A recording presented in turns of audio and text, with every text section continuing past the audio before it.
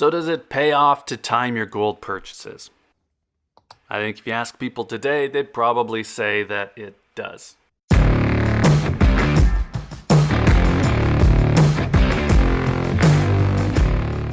Okay, so we're going to talk about whether it pays off to time your gold purchases. Should we even worry about it?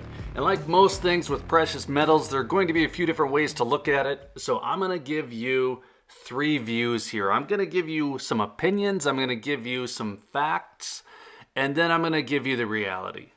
So let's just jump in and start with what's popular, the opinions. Now, most people will tell you you should dollar cost average into any asset like gold or silver because it is impossible to time the market, and over time you win some, you lose some. Now, the idea here is that once you've worked through the pros and cons of the investment and you've decided that you're going to be buying on an ongoing basis, then your time in the market is more important than timing the market.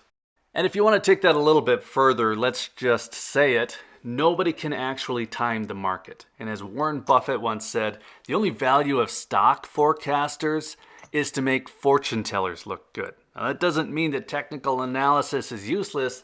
I mean, I watch charts personally, and I watch people who watch charts, but what I've found is that technical analysis is a really great way to forecast yesterday's prices. It's almost always correct, as long as you aren't looking for something that hasn't already happened.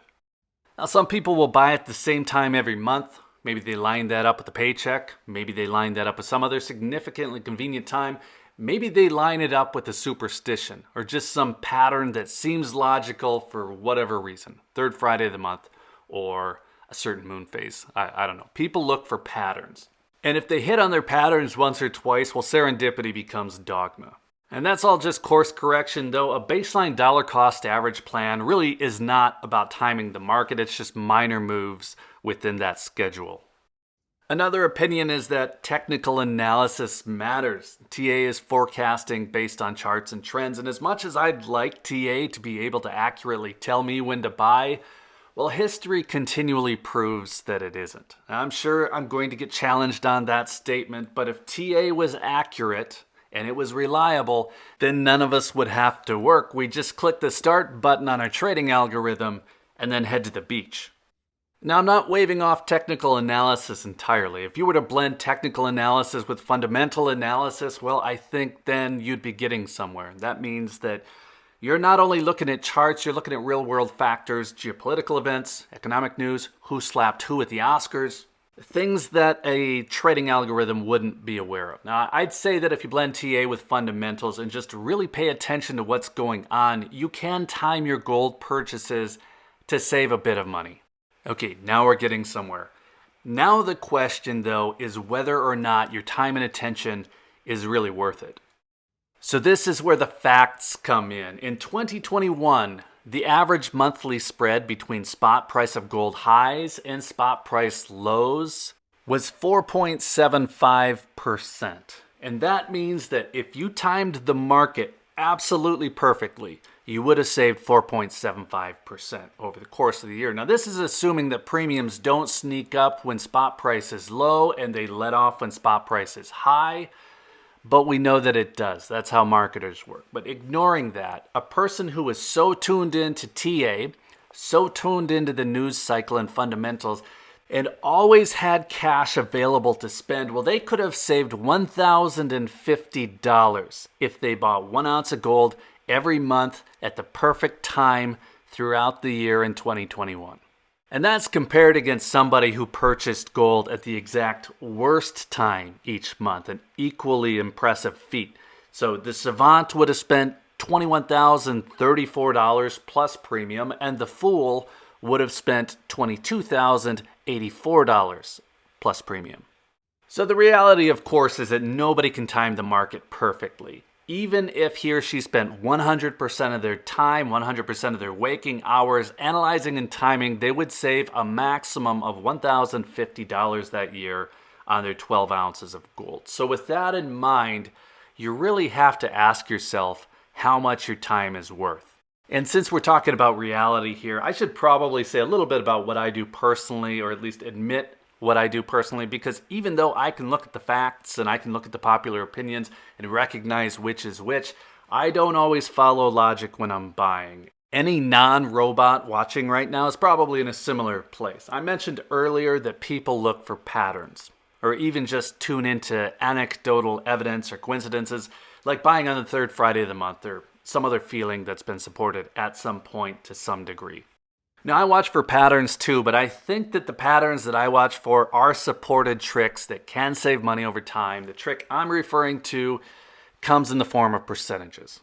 So it comes in fives, and maybe that seems superstitious, but I told you earlier that there was a 4.75% spread in monthly trading volatility. And in 2021, it was pretty volatile, but I didn't make up 5%. It's just a line between what's normal and what's not normal. And so for me, a 5% jump in spot price over a local low, that will get me to stop buying. So when we went from 1800 to above 1890, I stopped. Now, had it stayed there for multiple months, I would have started averaging back in. I've done that in the past. You have to adjust the local low as you go. Now, I'm not a back up the truck kind of buyer, but a 10% price drop from a local high, that will get me to buy a little bit more. So if we went from 2040 to 1940, that would be an indication. Now, a 15% drop in price from a local high, that's going to get me to buy a lot more. And that assumes that it's convenient, of course. It means I have the cash available, and a lot to me might not be a lot to you. It's all relative. Now, a 10% drop and a 15% drop is not a common thing. It's happened a few times over the past few years, though, and I loaded up each time it did.